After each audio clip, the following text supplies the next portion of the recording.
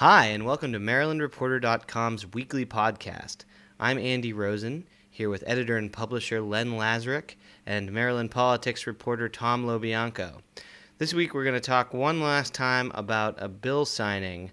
Maryland's got hundreds of new laws that Governor O'Malley put in law this week, and we're going to tell you about some of the more important ones and some of the ones that you're most likely to notice as you're driving down the street. Some of these are traffic laws, and maybe you've heard a little bit about the cell phone ban. Len wants to tell you a little bit more. Well, this bill is actually called the Delegate John Arnick, telephone use, something like that. In any case, this is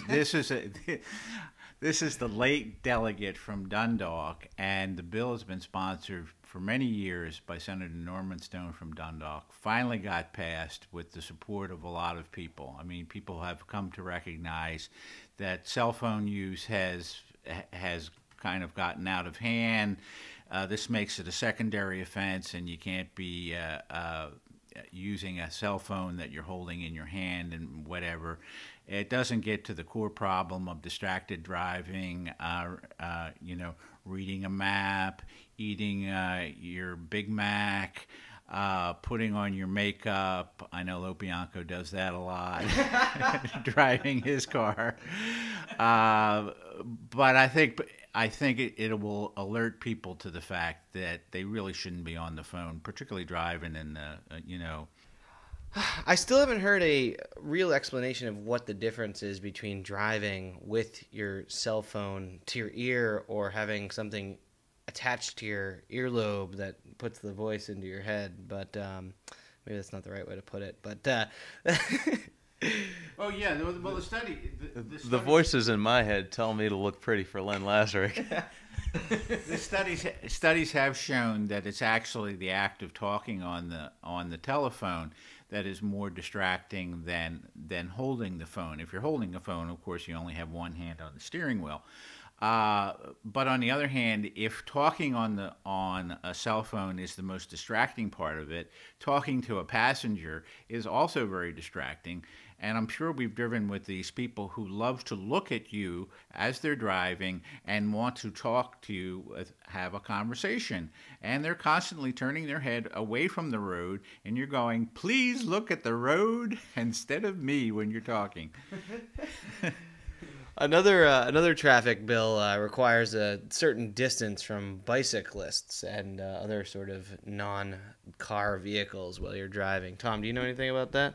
Well, this came about late in the session after the terrible accident that resulted in the death of a bicyclist, and there was a late lobbying push for that, and there's sort of a precarious positioning for bicyclists on the roads, and we certainly see that a lot around here in Baltimore, where you have a conglomeration of people and a lot of people who bike because it is a convenient alternative to driving everywhere and then having to find a place to park your car.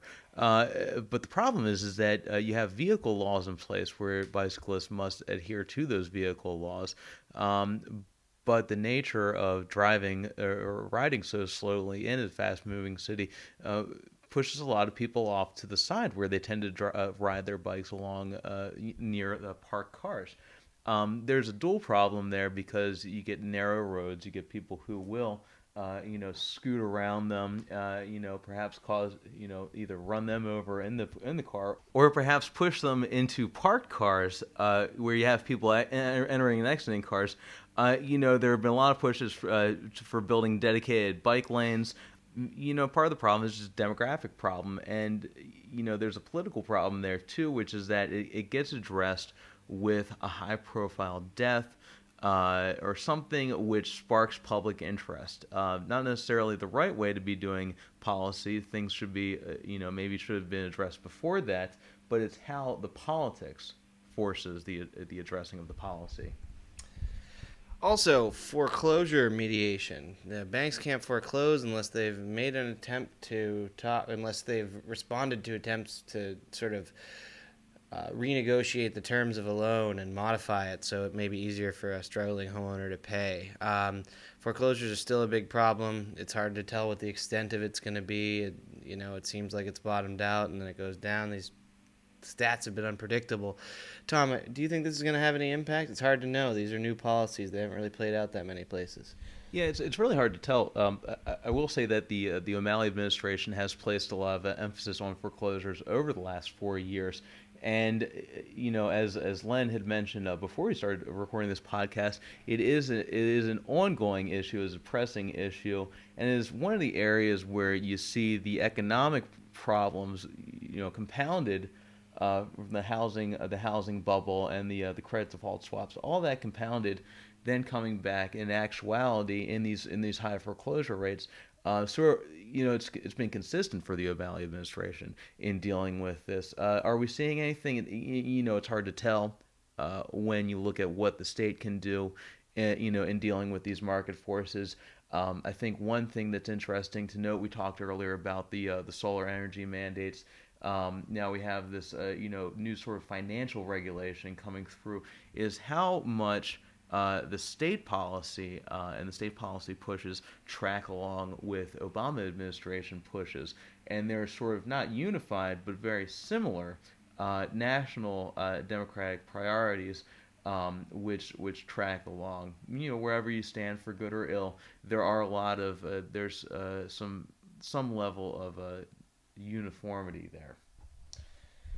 Well, hundreds of bills, but only a few minutes this week. That's all we have time for. This will apparently be Tom's last podcast joining us. He's going to greener pastures. I'm going to be covering energy, renewable energy, for Platt's Energy Service down in Washington, D.C. And for anybody listening, it has been a huge pleasure covering Maryland politics, working with Len, Andy, all the other good folks down there, and it's been a ton of fun, and perhaps too much fun at times. Well, thank you very much, Tom, and thank you, Len. We'll be back the week after Memorial Day with another information-loaded podcast from MarylandReporter.com. Don't forget to find us on iTunes. Thanks a lot.